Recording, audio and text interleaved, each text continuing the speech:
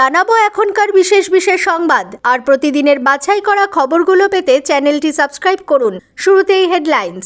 লোকসভা ভোটে তৃণমূলের প্রার্থীদের তালিকা দেখে বাংলায় প্রার্থীদের নাম ঘোষণা করতে চায় বিজেপি। বাংলায় কাটছাঁট রাহুলের ন্যায়যাত্রা, হঠাৎ দুপুরে দিল্লি রওনা, কারণ জল্পনা কংগ্রেসের ভেতরে বাইরে। 23 আসনে একাই লড়ব তৃণমূল এএপি এর পর এবার আইএনডিআইএ মহাজোটকে ঝটকা উদ্ভব সেনারও। 20 দিনেও খুঁজে পেল না পুলিশ সন্দেশখালীর সেই শাহজাহান কোথায়, মন্ত্রী অখিলের দাবিতে বিতর্ক। এবছরই লোকসভা ভোটদাতা তরুণ প্রজন্মের কাছে বড় আবেদন মমতার। শাহের ডেপুটি নিশীথকে আগাম জামিন দিয়েও হাইকোর্ট বলল আত্মসমর্পণ করতে, কেন এমন নির্দেশ? মাসের শেষে আবার বৃষ্টি, শীতের স্পেল এখনই শেষ নয়, দেখুন আপডেট। ইডির আধিকারিকদের ওপর হামলার ঘটনার পর কেটে গিয়েছে 20 দিন, এখনো অধরা সন্দেশখালীর শেখ শাহজাহান। এ নিয়ে ক্রমাগত চাপের মুখে পুলিশ বারবার জানিয়েছে তৃণমূল নেতার খোঁজে তারা সব রকম চেষ্টা চালাচ্ছে। এই পরিস্থিতিতে রাজ্যের মন্ত্রী অখিল গিরি দাবি করে বসলেন শাহজাহান নাকি রাজ্যের বাইরে রয়েছেন, চিকিৎসা করাতে রাজ্যের বাইরে গিয়েছেন তিনি। কারামন্ত্রীর এই দাবি নিয়ে জোর বিতর্ক তৈরি হয়েছে। বিরোধীদের দাবি রাজ্য প্রশাসন শাহজাহানকে আগলে রেখেছে বলে এতদিন যে অভিযোগ উঠছিল তাই প্রমাণ হয়ে গেল অখিলের মন্তব্যে।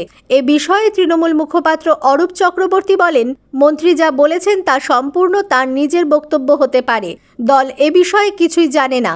এক্ষেত্রে দলের নীতি খুব পরিষ্কার, কেউ কোনো অপরাধ করে থাকলে দল তার পাশে থাকবে না।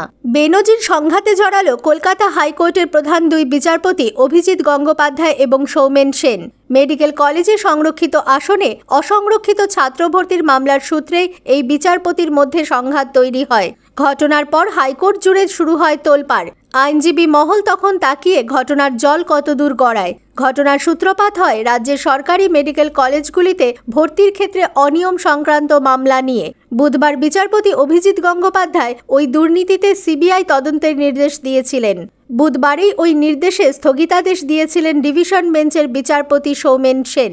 ডিভিশন বেঞ্চের বিচারপতি সৌমেন সেন এবং বিচারপতি উদয় কুমার বৃহস্পতিবার সকালে সিবিআই এর করা এফআইআর খারিজ করে দেয়। তারপরেই বিচারপতি গঙ্গোপাধ্যায় বিচারপতি সেনের বিরুদ্ধে অভিযোগ এনে বলেন, বিচারপতি সেন রাজনৈতিক স্বার্থ জড়িত থাকা ব্যক্তির মতো আচরণ করছেন। বড়দিনের ছুটির আগে বিচারপতি অমৃতা সিনহাকে নিজের চেম্বারে ডেকেছিলেন বিচারপতি সেন। সেখানে তিনি বিচারপতি সিনহাকে রাজনৈতিক নেতার মতো নির্দেশ দিয়ে বলেছিলেন, অভিষেক বন্দ্যোপাধ্যায়ের একটা রাজনৈতিক ভবিষ্যৎ রয়েছে, তাঁকে বিরক্ত করা যাবে না।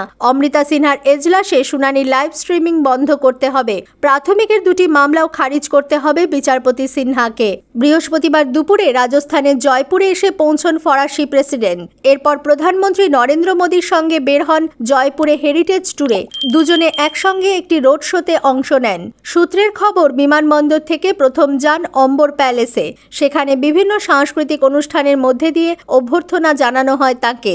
সন্ধে 6টার সময় তিনি ইউনেস্কোর হেরিটেজ সাইট যন্তর মন্তর থেকে বের হন শোভাযাত্রায়। ভোটাধিকার প্রয়োগ সকলের গণতান্ত্রিক অধিকার।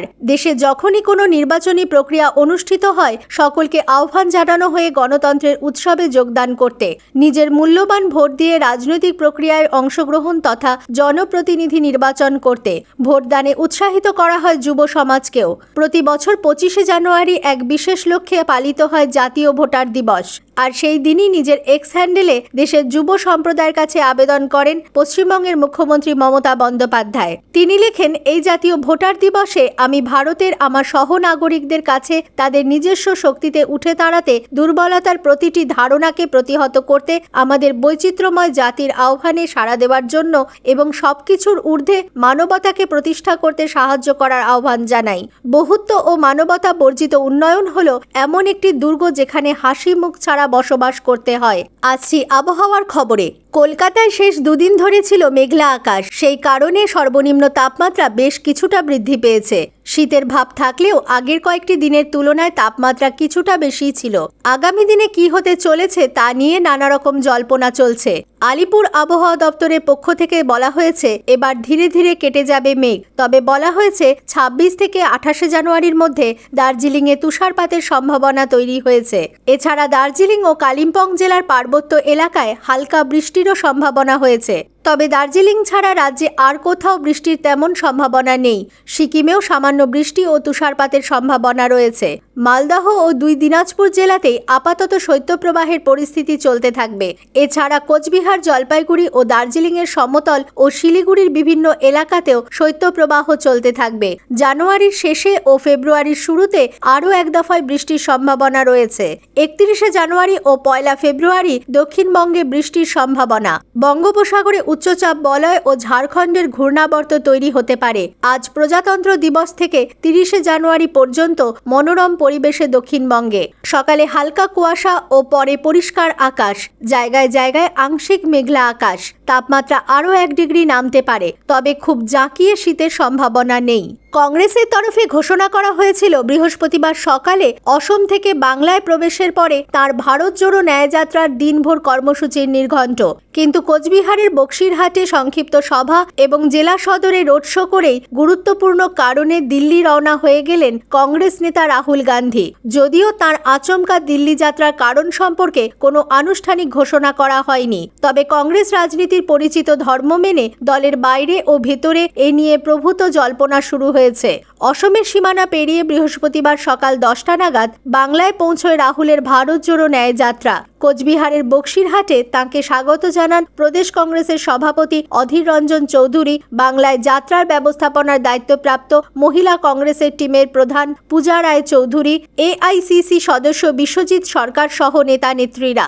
অধীরের হাতে আনুষ্ঠানিক পতাকা হস্তান্তর পর্বও হয়। বক্সিরহাটে সংক্ষিপ্ত সভার পরে তুফানগঞ্জে প্রাতরাশ করতে যাওয়ার কথা ছিল রাহুল ও তার যাত্রা সঙ্গীদের। রাতে থাকার কথা ছিল ফালাকাটায়, কিন্তু তারা সরাসরি কোচবিহার শহরের উদ্দেশ্যে রওনা হন। পাহাড়ের জন্য আঞ্চলিক স্কুল সার্ভিস কমিশন গঠন করল রাজ্য সরকার। গোর্খাল্যান্ড টেরিটোরিয়াল অ্যাডমিনিস্ট্রেশনের আইনেই পাহাড়ের জন্য পৃথক আঞ্চলিক স্কুল সার্ভিস কমিশন গঠনের কথা বলা রয়েছে। দেরিতে হলেও পাহাড়ের এই দাবি পূরণ করল রাজ্য। বৃহস্পতিবার রাজ্যের তরফে বিজ্ঞপ্তি দিয়ে 7 সদস্যের বোর্ড গঠন করা হয়েছে। কমিশনের প্রধান হয়েছেন বিজয় কুমার রায়। অপর সদস্যরা হলেন থেপেন্দু চিংড়ি ভুটিয়া, তারা লোহার লেপচা, দার্জিলিং সাউথফিল্ড কলেজের অধ্যক্ষা ডক্টর অনুরাধা রায়, কার্শিয়াং কলেজের অধ্যক্ষ ডক্টর সমীর বল, সাংমু লেপচা এবং নবরত্ন প্রধান। এই 7 সদস্যের বোর্ডকে দ্রুত কাজ শুরু করার নির্দেশ দেওয়া হয়েছে। কেন্দ্রীয় স্বরাষ্ট্র প্রতিমন্ত্রী নিশীথ প্রামাণিকের আগাম জামিনের আবেদন মঞ্জুর করল কলকাতা হাইকোর্টের জলপাইগুড়ি সার্কিট বেঞ্চ।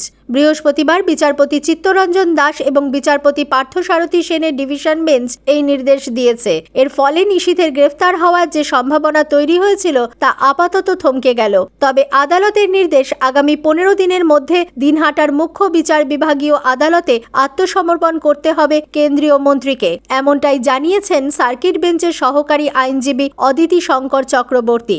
আগে তৃণমূল, পরে বিজেপি, পদ্মশিবির এমনই চাইছে। বিষয় লোকসভা ভোটের প্রার্থীদের তালিকা। কেন্দ্রের শাসক দল চাইছে আগে বাংলার শাসক দল লোকসভায় তাদের প্রার্থীদের নাম ঘোষণা করুক, তা দেখে নিয়েই তারা নিজেদের প্রার্থীদের নাম ঠিক করবে। লোকসভা নির্বাচন আসন্ন, সেই নির্বাচনে নিজেদের মতো করে প্রস্তুতি শুরু করেছে সব রাজনৈতিক দল। প্রস্তুতিতে তেমনিতে সবচেয়ে এগিয়ে আছে দেশের শাসক বিজেপি।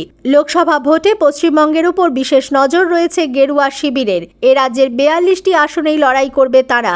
দলের অন্যতম শীর্ষ নেতা অমিত শাহ ইতিমধ্যেই বাংলা থেকে 35টি আসনের লক্ষ্য বেঁধে দিয়েছেন। সেই লক্ষ্য পূরণ করতে বিবিধ পন্থা নিচ্ছে বিজেপি। কেন্দ্রের শাসক দল সূত্রের খবর, তৃণমূলের প্রার্থী তালিকা দেখেই দলীয় প্রার্থী তালিকা ঘোষণা করতে চাইছেন বিজেপি নেতৃত্ব। সম্প্রতি বাংলার এক প্রথম সারি নেতার কাছে এমনই ইঙ্গিত দিয়েছেন শাহ। সকাল 9:45 মিনিটেই শুরু হবে আসন্ন মাধ্যমিক পরীক্ষা। মাধ্যমিকের পুরনো সময়সূচিতে সায় দিল না হাইকোর্ট। যেহেতু মাধ্যমিক পরীক্ষার আর কয়েকদিন বাকি, এই মুহূর্তে সময়সূচি বদল করলে প্রশাসনিক ক্ষেত্রে নানা অসুবিধা হতে পারে। সেই কারণেই মধ্যশিক্ষা পর্ষদের বিজ্ঞপ্তি অনুযায়ী সকাল 9:45 মিনিটে মাধ্যমিক পরীক্ষা শুরু হবে জানালেন বিচারপতি বিশ্বজিৎ বসু। রাজ্যের কয়েক লাখ পরীক্ষার্থীর কথা মাথায় রেখে রাজ্যকে পরীক্ষার্থীদের পরীক্ষা কেন্দ্রে সঠিক সময়ে পৌঁছতে বেশ কিছু পদক্ষেপের নির্দেশ দিয়েছেন বিচারপতি। ফেয়ারওয়েল অনুষ্ঠানকে ঘিরে বচসাকে কেন্দ্র করে স্কুলের দ্বাদশ শ্রেণীর পড়ুয়াদের মারধরের অভিযোগ উঠল পরিচালন কমিটির সভাপতির বিরুদ্ধে, যিনি আবার অঞ্চল তৃণমূলের সভাপতি এবং এলাকার দাপুটে তৃণমূল নেতা। এরপরই কার্যত রণক্ষেত্র পরিস্থিতি তৈরি হয়। পরিস্থিতি সামাল দিতে ঘটনাস্থলে যায় বিশাল পুলিশ বাহিনী। আসেন মহকুমার পুলিশ আধিকারিক এবং র্যাব। পুলিশকে লাঠিচার্জ করতে হয় বলে অভিযোগ। বিক্ষুব্ধ পড়ুয়ারা ভাঙচুর চালায়। দফায় দফায় উত্তপ্ত হয়ে ওঠে পরিস্থিতি। রক্ত ঝরে পড়ুয়াদের। আঘাতপ্রাপ্ত হন একজন পুলিশ কর্মীও। বৃহস্পতিবার রতুয়ার ভাদো বিএসবি হাই স্কুলের ঘটনায় স্তম্ভিত শিক্ষা মহল। আসন ভাগাভাগি নিয়ে নিজেদের অবস্থান স্পষ্ট করে দিল তৃণমূল কংগ্রেস। ঘাসফুল শিবির সূত্রে জানানো হয়েছে, প্রদেশ কংগ্রেস সভাপতি অধীর রঞ্জন চৌধুরীর ব্যবহারে তারা অসন্তুষ্ট। তাঁর তৃণমূল সুপ্রিমোকে একের পর এক আক্রমণ সীমা ছাড়িয়েছে। বারবারই পুরনো কবর খুঁড়ছেন অধীর। তৃণমূল সূত্রে আরও জানানো হয়েছে, আমরা আসন ভাগাভাগির জন্য যথেষ্ট ধৈর্য ধরেছি। আমরা যথেষ্ট উদার ছিলাম এই বিষয়টি নিয়ে, কিন্তু কংগ্রেসের তরফে শুধুই দীর্ঘ শত্রুতা চলেছে। এখন তৃণমূল নেত্রী মমতা বন্দ্যোপাধ্যায়ের গতকালের মন্তব্যের পর ড্যামেজ কন্ট্রোলে নেমেছে কংগ্রেস। দোরগোড়া লোকসভা নির্বাচন আর তার আগে বিরোধী মহাজোট ইন্ডিয়ায় ভাঙন। একে একে জাতীয় দল কংগ্রেস থেকে মুখ ফিরাচ্ছে জোটের অপেক্ষাকৃত ছোট দলগুলি। বুধবারই বাংলার মুখ্যমন্ত্রী মমতা বন্দ্যোপাধ্যায় সাফ জানিয়ে দেন, লোকসভা নির্বাচনে কংগ্রেসের সঙ্গে নয়, একাই সমস্ত আসনে লড়বে তৃণমূল। তবে কেবল মমতাই নয়, ইতিমধ্যেই ঘাসফুলের সুরে সুর মিলিয়েছে পাঞ্জাব। এই আবহে এবার নয়া তথ্য সামনে নিয়ে এলেন শিবসেনার নেতা সঞ্জয় রাউত। মিড ডে মিলে খাওয়ানো হচ্ছে পোকা ধরা চাল।